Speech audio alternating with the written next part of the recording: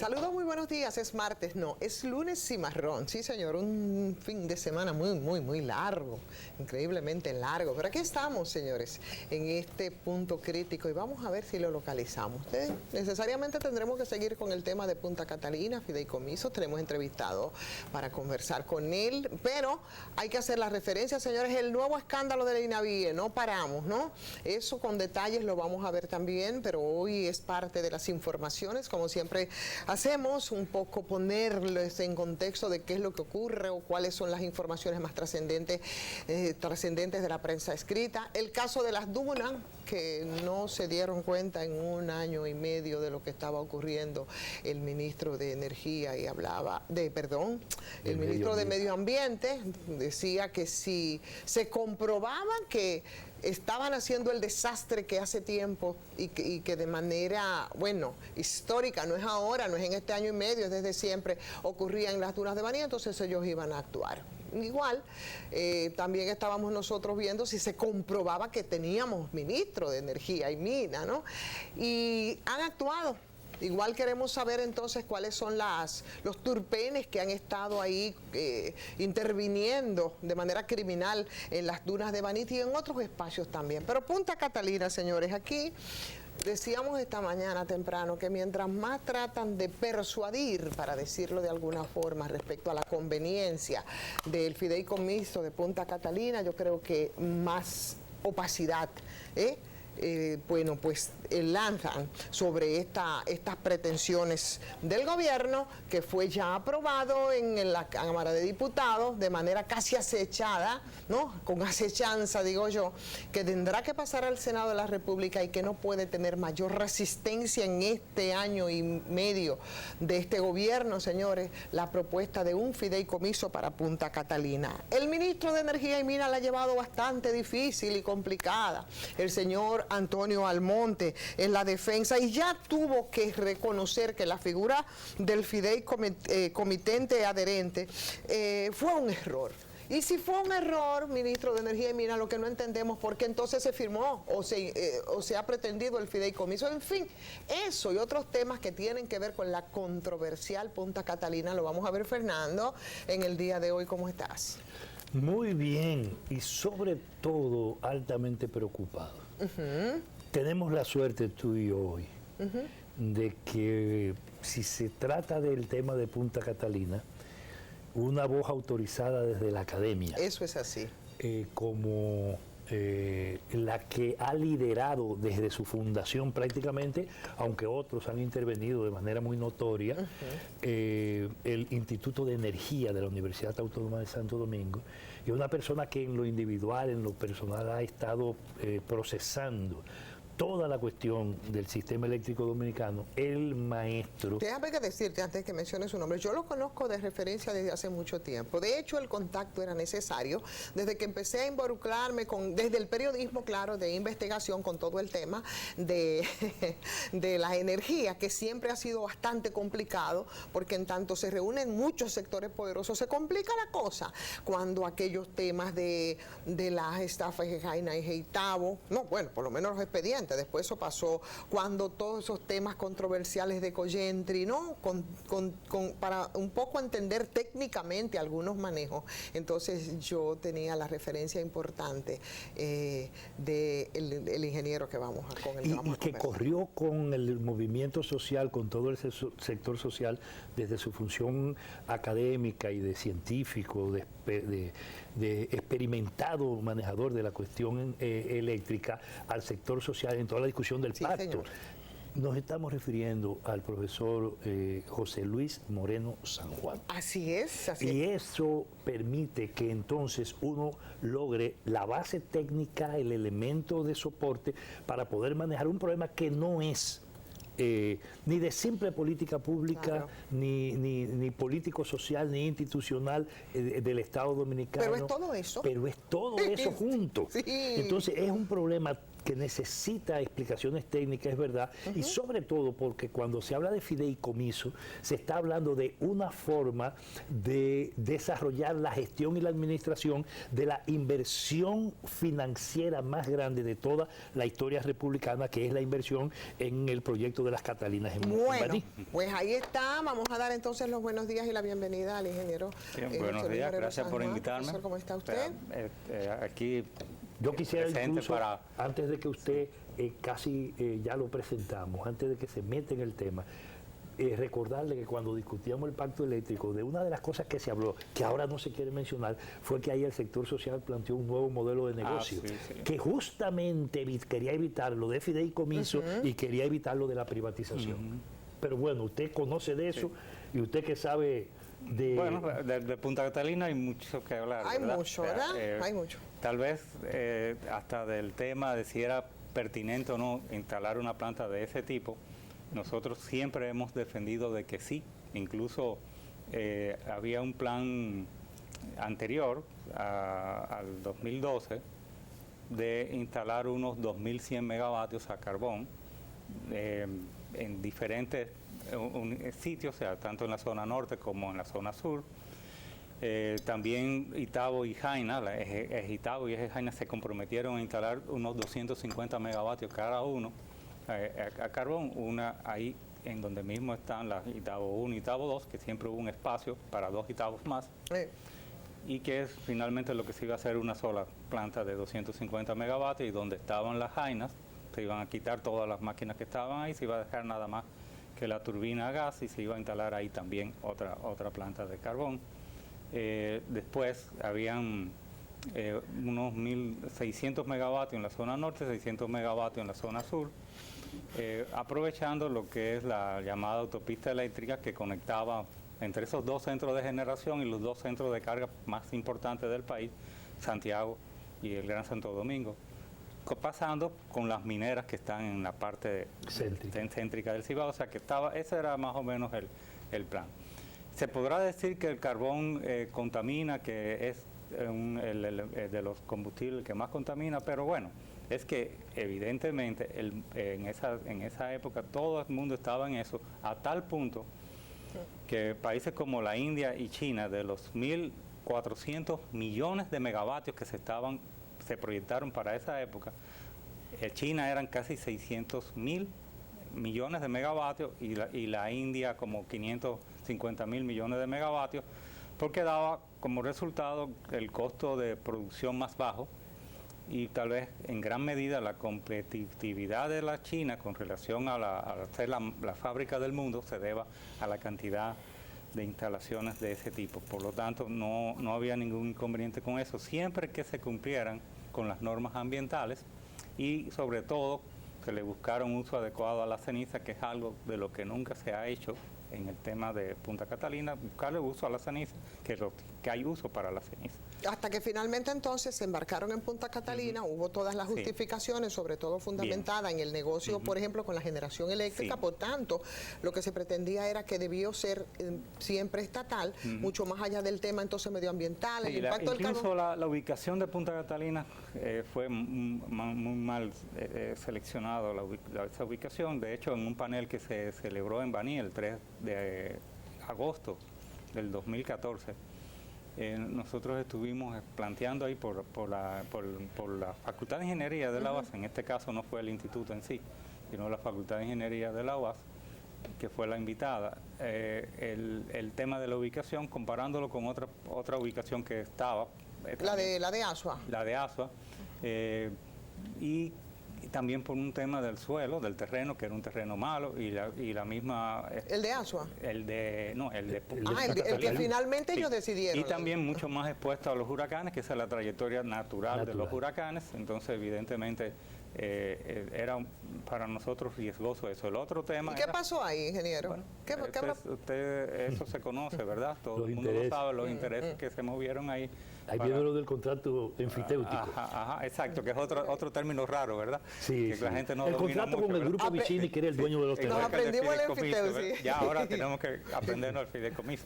O sea, pero evidentemente que no son términos que se usan tanto, porque eso tal vez son figuras que se usa mucho en la parte de la construcción, básicamente en la industria de la construcción, y también las familias que tienen mucho dinero, como una forma también de que se administren los bienes para los herederos. Y que con eso usted anota un tema que es central, punto crítico. ¿Cuál es? Que el fideicomiso es una figura, y el que existe en la República Dominicana es una figura exclusivamente del derecho privado, no del derecho público. Exacto, eso es un elemento extraordinario también en este fideicomiso. Pero hablando un poquito de eso, que tal vez no es lo que más yo conozco, pero sí es de dominio de habla público, por eso hay que aprenderse las nuevas, lo que surge, ¿no? Los nuevos términos.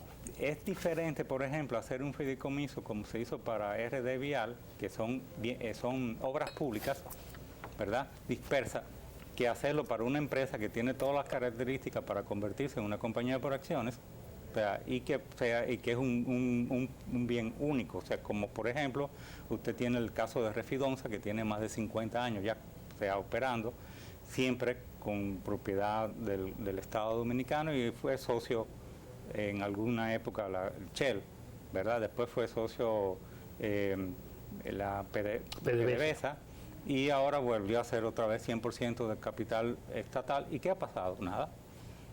No hay ningún problema, porque es una compañía por acciones que obtiene beneficios, igual que pasa con Punta Catalina, que obtiene beneficios, usted paga la deuda que pueda tener y simplemente opera como una compañía como está ahora Punta Catalina comercial de Profesor, propiedad del Estado. Aquí como que todos vamos un poco aprendiendo. De fideicomiso poco sabemos, pero lo dicho por el ingeniero, lo último de todas las cosas que ha dicho, en la persuasión, vuelvo, insisto, ¿no?, para que creemos que esto es lo mejor.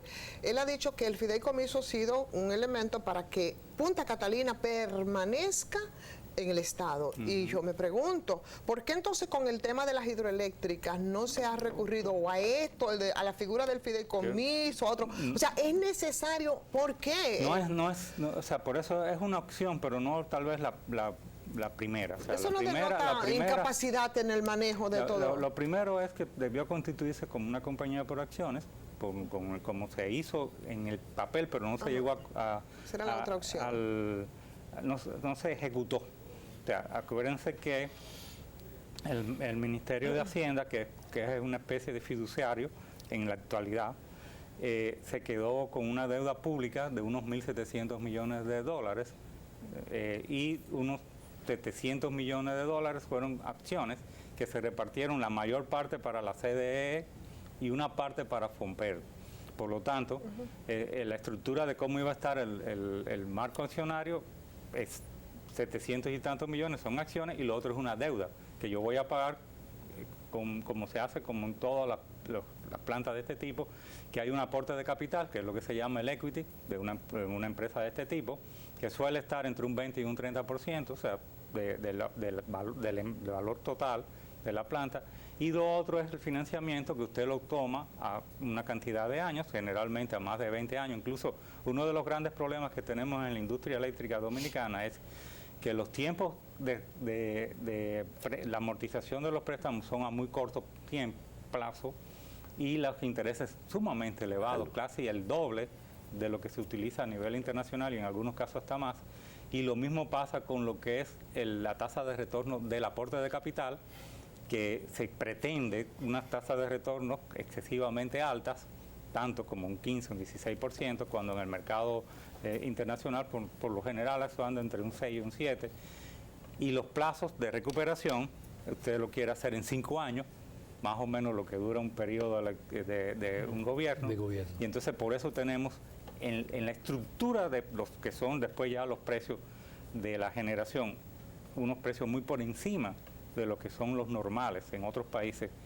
Cuando uno compara tecnología con tecnología, usted compara con carbón dominicano, con carbón de otro país, totalmente diferente. Y lo mismo pasa con Pero es que ciclo combinado. irremediablemente en el caso de, perdón Fernando, que estoy como aprovechando yo mucho al profesor aquí, tenía que Punta Catalina diferente, por ejemplo, vuelvo y repito, hago la referencia de las hidroeléctricas, o ser una separada o pasar a un fideicomiso, no había garantías en términos de ejecución de que eso pudiera mantenerse, incluso todas las comisiones y el propio presidente actual había dicho que sí iba a ser estatal. Y que, o sea, siempre, yo no entiendo fíjese, todo estas argucias, me parecen argucias, ¿no? Muchas de las cosas que están pasando ahora mismo en el sector eléctrico del 2021 para acá se debe a un hecho de un pacto eléctrico que no se concluyó efectivamente y que simplemente se dejaron muchos temas sobre la mesa.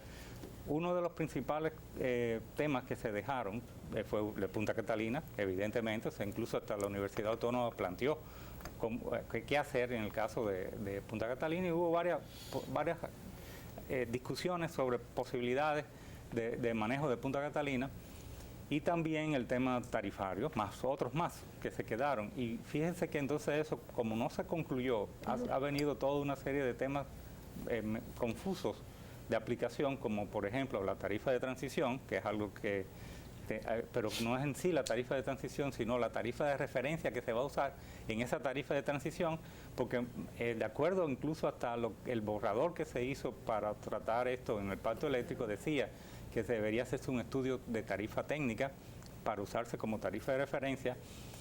Y ahí viene el tema, ¿por qué debemos hacer énfasis en esto? Porque cumplir la ley implica que los contratos que deben de ir a ser la base del precio en la oferta de la energía de los generadores a las distribuidoras tienen que ser por licitación.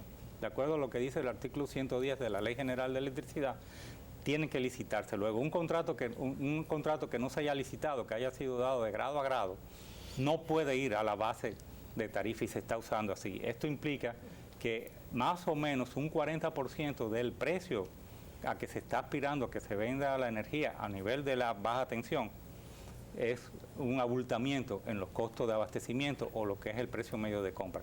Eso es un tema que surgió por precisamente no haberse discutido eso adecuadamente durante el pacto eléctrico y se dejó sobre la mesa. Era uno de los puntos principales por lo que la UAS no firmó el pacto y ahora, pero hizo objeciones en el año 2017, se planteó incluso abrir una ventana de diálogo de un mes para tratar de llegar a acuerdos y no se hizo, y ahora pasó lo mismo. Pero ¿qué va a pasar entonces ahora qué es lo que debe hacerse con Punta Catalina desde su punto de vista? Realmente, fíjese, el tema del contrato fiduciario. Y si es rentable y cuánto aporta y todo esto. Bueno, esa es otra cosa. Pero el tema del contrato fiduciario ha sido muy cuestionado, por lo tanto hay puntos de ese contrato que evidentemente deberían ser revisados y la única forma de poderlos revisar tal vez es devolviéndolos, o sea, al origen. O sea, y que se reformen. Si se insiste con el tema de la fiducia para Punta Catalina, que como le decía es una opción, pero no la única. Punta Catalina es una planta rentable. O sea, ¿Por qué dice el ex administrador de Punta Catalina que ellos no optaron por el fideicomiso porque eso resultaba muy costoso? Bueno, más costoso. Tampoco optaron por la Seporá y estaban vendiendo el 50%. Vamos a ver. El tema de si optaron o no por la Seporá, tal vez eso se quedó sobre la mesa también, como muchas cosas que se quedan. En algún momento sí se dijo que se iba a hacer y por eso esa estructura de los 1.700 millones de dólares como una deuda pública que maneja el Ministerio de Hacienda, que más o menos hace de fiduciario. Claro, juega el papel de la fiduciaria. Exacto, pero sin costo alguno. O sea, y por eso no hay que pagar un empleado. No hay que pagar empleado ni hay que menos tan caro como estos de ahora. Entonces, el esquema que se plantea ahora tal vez no es mejor, pero sí cuesta más. O sea, en el tema de lo que es el manejo de o por lo menos cuesta mucho más porque el otro no cuesta. Exacto, el otro no cuesta. El otro es parte de las funciones que hace el Ministerio de Hacienda. Y lo primero que hace es, bueno, de los ingresos que recibe la Central Térmica Punta Catalina, lo primero se va a pagar esa deuda pública. Todos los meses ingresa al Estado Dominicano unos 15 millones de dólares, más o menos. O sea, Son los 180 exacto. en el año. Exacto, entonces eso va a pagar la deuda, esa deuda pública que es la amortización a la tasa de interés que usaron para esta deuda pública, que déjenme decirle que como tenemos un marco de referencia totalmente abultado en lo que son los intereses que se cobran por el tema de la misma capitalización de la SEDEC, que la deuda eran de un 12%, de los intereses en dólares, que es yo creo que es récord mundial. No hay ningún otro, en ninguna otra parte del mundial mundo. aquí es el costo de Punta Catalina, yo creo. Sí, bueno, a eso podemos hablar un poco. Óyeme, pero que fue creo que un 9.5 por ahí o 9.8% de eso, ese es el interés que se está cobrando por esa deuda pública.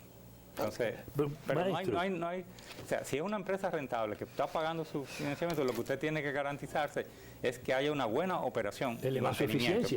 Exacto, operación y mantenimiento, que tal vez haya que sacar un poco la política del manejo de esa planta. Es saludable revertir el fideicomiso, o sea, no revertirlo, sino echar para atrás y ¡pam! Alto la acción, el presidente. Pues. Vamos a ver, esto ya es un tema que tiene que ver mucho con política, ¿verdad? No, yo digo en términos de la conveniencia. Pero vamos a ver, como cuando usted es gobernante, dice que enmendar un error es de sabio. Entonces, evidentemente hay que poner el corazón en el pueblo, como se dice, ¿verdad?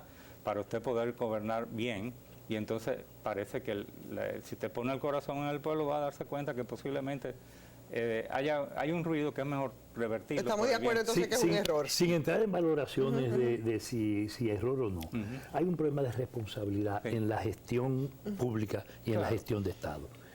Incluso hay una publicidad muy activa en todos los medios de comunicación del gobierno, donde el presidente en su voz dice que él es responsable de cada peso de los dominicanos que está en el Estado, claro, que él es responsable. Y eso es correcto. Por tanto, si él es responsable de un peso, él es responsable de todo lo que implica la inversión más grande que ha hecho el Estado dominicano. Pero es que, por ejemplo, en el caso hay algunas estructuras fiduciarias que tal vez se justifican, por ejemplo, cuando son obras públicas, que no es una empresa en sí, pero cuando son empresas... Un servicio. Un servicio, ¿verdad? Entonces está bien. Por eso RD Vial posiblemente sí se justificaba y cosas que sean por el estilo. Pero escúcheme, maestro. Pero es el presidente de la República el que dijo que RD Vial y que en el caso particular de Peaje Sombra había sido no solo una estafa, sino que le había ahorrado 1.000 y pico de millones de pesos más al Estado dominicano con el último negocio que cerró ese capítulo. Esa alianza público-privada que fue la autopista esa hacia el norte, hacia Samaná. Evidentemente tiene mucho tela por donde cortar, porque evidentemente jamás debió ser. Pero cuando usted relaciona aquel proceso de un peaje sombra, aquel proceso de la avenida de la autopista del Este, con lo que se está haciendo ahora de este fideicomiso, entonces uno se da cuenta que en aquel caso, en RD Vial, por ejemplo, en el caso de RD Vial, que es mucho más amplio, todo el compromiso público implicaba que era la gestión absoluta del Estado, no de personas, sino de entidades. Ahora se creó una cosa diferente, que es un comité técnico que tiene absolutamente todo el poder del mundo. En este caso hay dos puntos fundamentales, hay muchos más posiblemente, cuando uno se pone a leer los detalles de... El comité técnico evidentemente no es permanente, el Poder Ejecutivo lo puede reemplazar. Aunque lo apruebe el Congreso, un decreto lo puede destituir, eso es posible. En uno de los artículos del contrato dice eso, por lo tanto están aprobando ese artículo. Lo que pasa es que generalmente, como la permanencia en el tiempo es larga, en este caso, no debería ligarse a personas, sino a cargos. O sea, y ser como pasa en el DR de Vial, que es un maestro, sí, pero en la ley dice los nombres de las personas. Eso es lo que no debería decir. Incluye los nombres de las personas. Entonces no es lo mismo que poner instituciones como en el caso de RD Vial, que es una de las diferencias. Eso puede cambiar. Una de las grandes manipulaciones. Pero eso no quiere decir tampoco que no se pueda cambiar el comité técnico. Ahora, ese es un ruido, ese es uno de los ruidos, ¿verdad? El otro ruido es el fideicomitente adherente. Que ya dijo que es un error el ministro del... Maestro, vamos a dejarlo ahí para irnos a la pausa, Fernando, tú y yo mañana vamos a hacerle mucha lectura política, pero hay algunos elementos interesantes. Pero hay elementos técnicos que es sí, bueno que salgan porque son puramente técnicos ahora. No, y además tiene, aunque no se quiera, claro, esos elementos técnicos tienen. Además que no hay ninguno de los técnicos que no sea un elemento de interés político porque a alguien beneficia. Eso es lo que te voy a decir, o sea, es difícil que muchos elementos técnicos, forzados en algunos casos, no tengan el vínculo político, pero vamos a dejarlo ahí, con ese ruido y el otro ruido, pero sobre todo lo que parece una incompetencia del gobierno, de esta administración para manejar Punta Catalina, vamos a verlo a la vuelta, después de la pausa.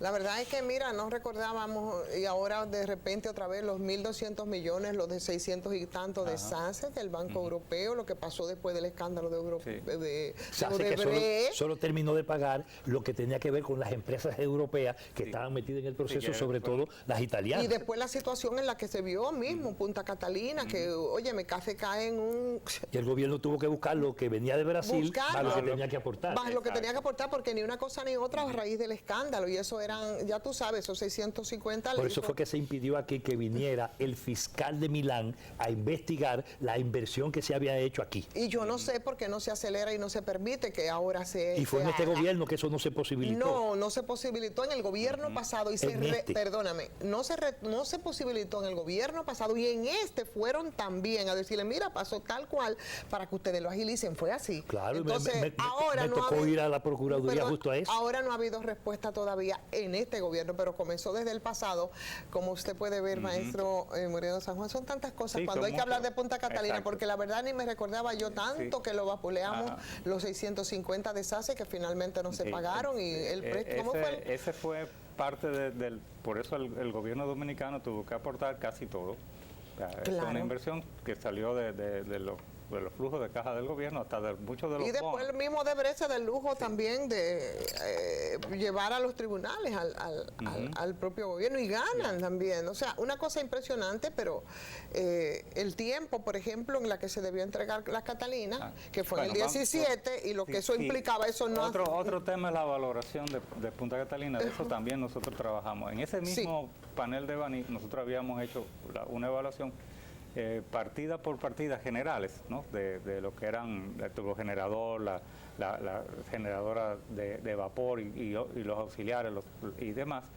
Y en ese momento no había un criterio muy exacto de cuál era la norma ambiental que iba a cumplir y daba unos 1.500 millones de dólares. Nunca hemos dicho que costara 1.000 millones de dólares, como se ha dicho en muchas ocasiones, porque esos son plantas a carbón que lo único que tiene es un precipitador electrostático que lo que recoge es partículas sólidas, permitiendo que salgan más o menos 120 miligramos por metro cúbico normal a la atmósfera. Este caso es resultó ser de mucho menos, pero nosotros habíamos puesto 40 miligramos por metro cúbico normal, 750 miligramos de NOx y unos 500 miligramos de SO2 a la atmósfera.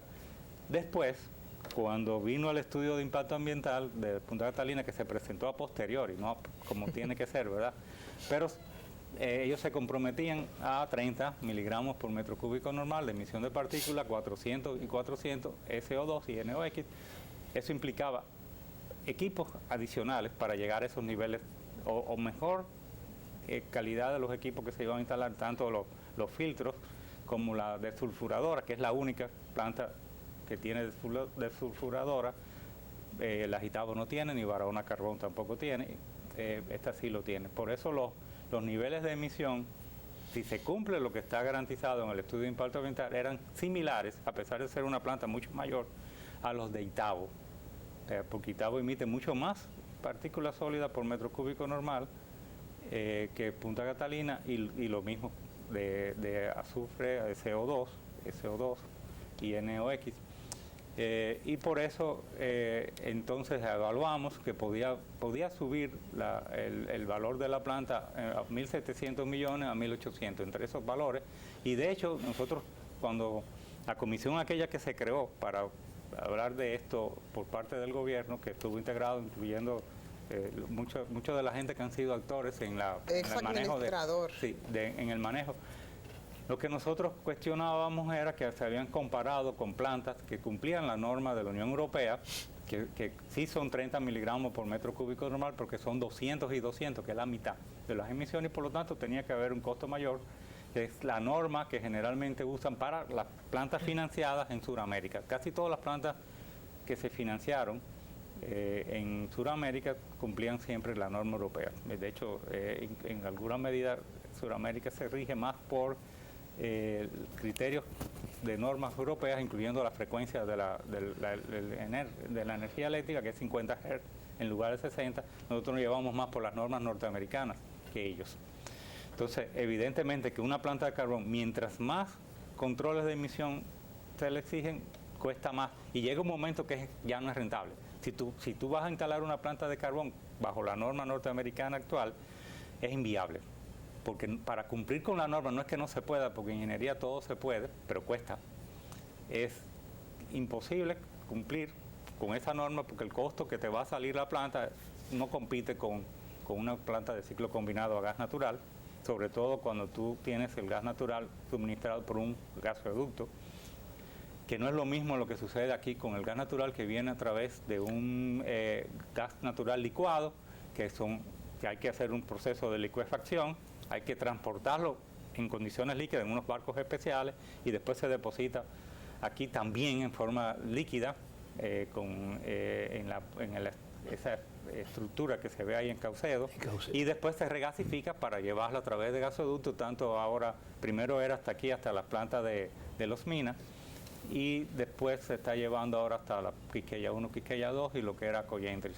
O sea, pero hay proyectos de más. Ese es de ciclo combinado, ¿no? Esas son de ciclo combinado. ¿Eso no sería posible con las Catalinas?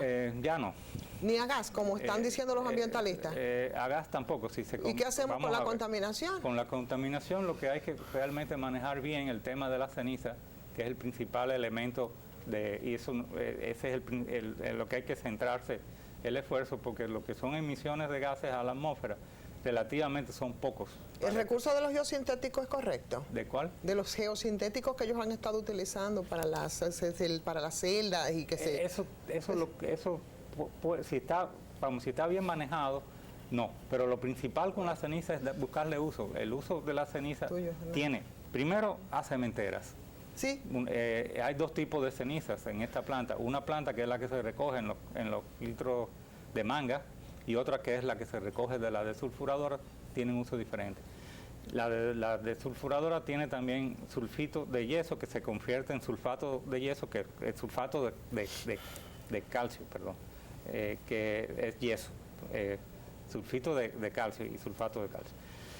Luego, eso tiene otros usos en la industria también de la construcción, pero también hubo hasta empresas que ofrecieron adquirir toda esa ceniza para ¿qué?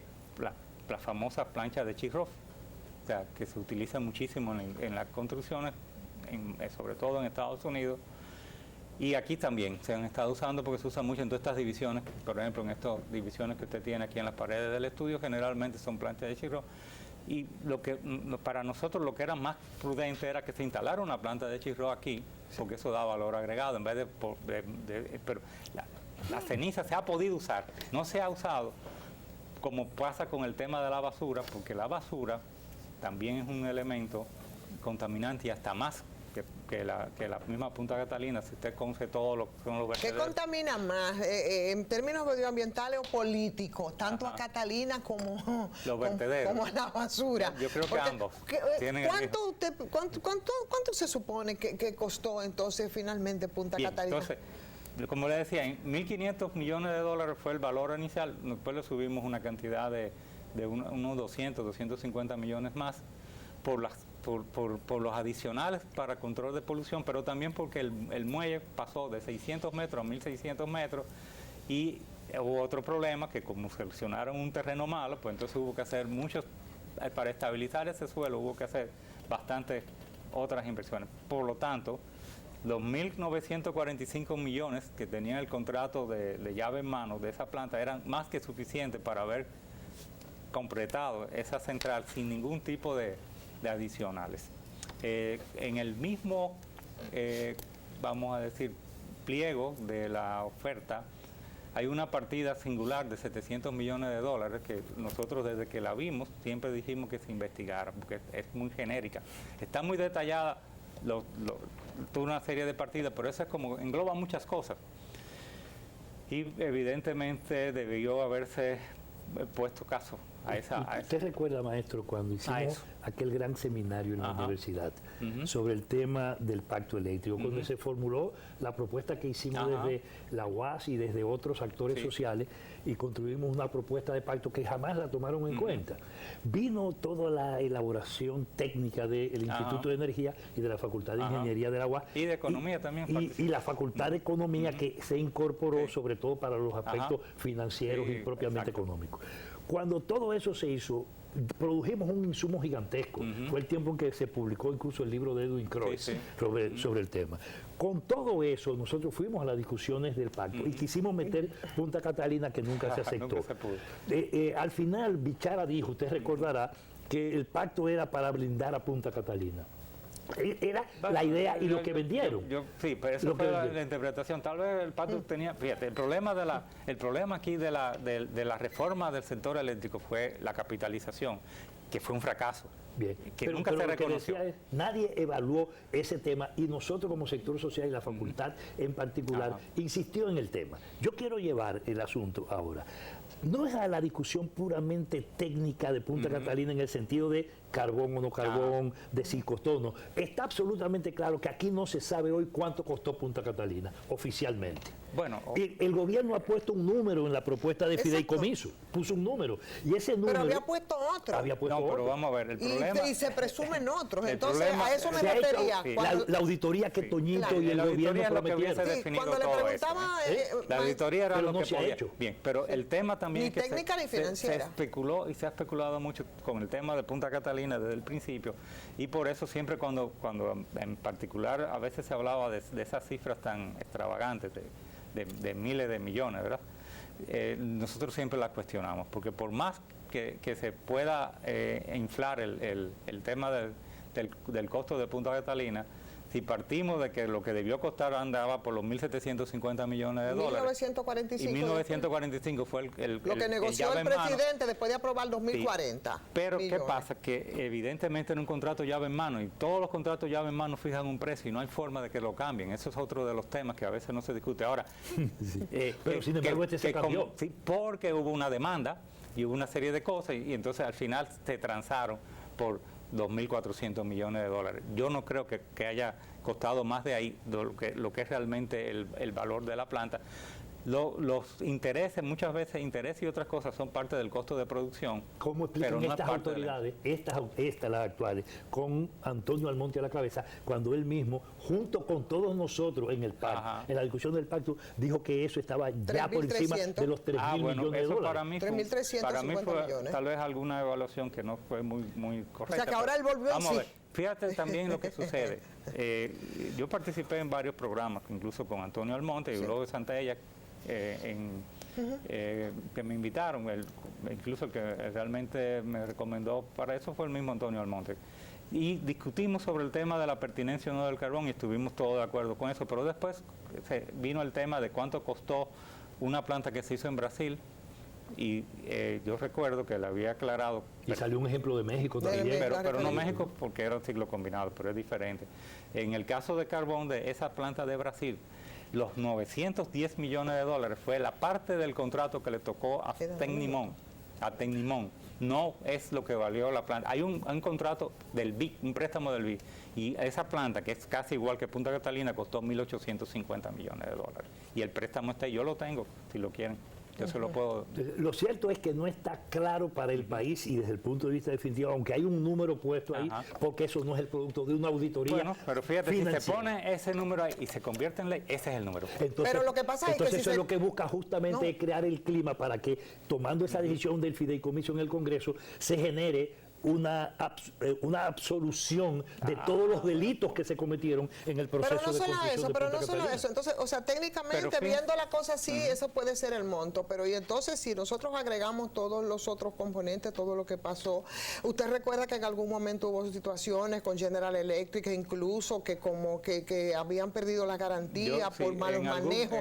Todo eso hay que sumarlo. Vamos a ver, esa es una planta que es muy automatizada. De hecho, incluso en la parte operativa, durante mucho tiempo, General Electric estuvo monitoreando y operando remota la planta. O sea, incluso algunos de los disparos iniciales se debieron a ajustes, errores, a veces de ajustes de un parámetro, y entonces el sistema de protección sacaba la planta. Ya después de un tiempo ya eso se tranquilizó la parte operativa, ¿no?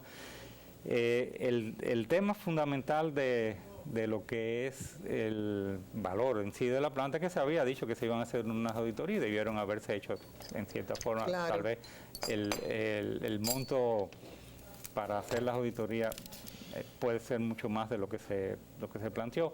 El otro tema es que también se había comenzado una licitación para buscarse un operador y una empresa encargada de mantenimiento, y eso más o menos se paró, pero que estaba ya a mitad del año pasado, estaba eso, y bueno, lo que se dijo posteriormente es que se iba a reintroducir esa licitación ahora después del fideicomiso, pero nada más que con eso era suficiente para garantizar que esa planta funcionara perfectamente sin otra cosa. Indiscutiblemente, mi querido José Luis Moreno San Juan, que tendremos que convidarle de nuevo para que nos sentemos aquí a seguir buscando el punto crítico, a ver dónde vamos a llegar. Fernando decía antes que era una inversión a fondo perdido. Yo no sé si todavía podemos repetir lo mismo. El caso es que seguimos dando traspiés con Catalina, que no deja de sorprendernos. Catalina está ahí. Lo que puede ser a fondo perdido es cuando yo valore la conclusión y el término de este proceso. No, es cuando yo me refiero cuando hablamos, señores, de cuánto realmente nos salió. Sí. No, eso es lo que sí está claro es que no se sabe ahora mismo de manera real cuánto costó, porque no hay una auditoría que lo diga y hay muchas cosas envueltas en eso. Bueno, señores, muchísimas gracias por acompañarnos. Esto sube a la plataforma de YouTube, se lo vamos a hacer llegar, maestros, de verdad. Así es que muchísimas gracias a ustedes. Fernando, tú y yo mañana nos vemos aquí porque hay unas lecturas políticas interesantes. O es reelección o fideicomiso. Así de simple. Ahí no hay alternativa. Nos vamos.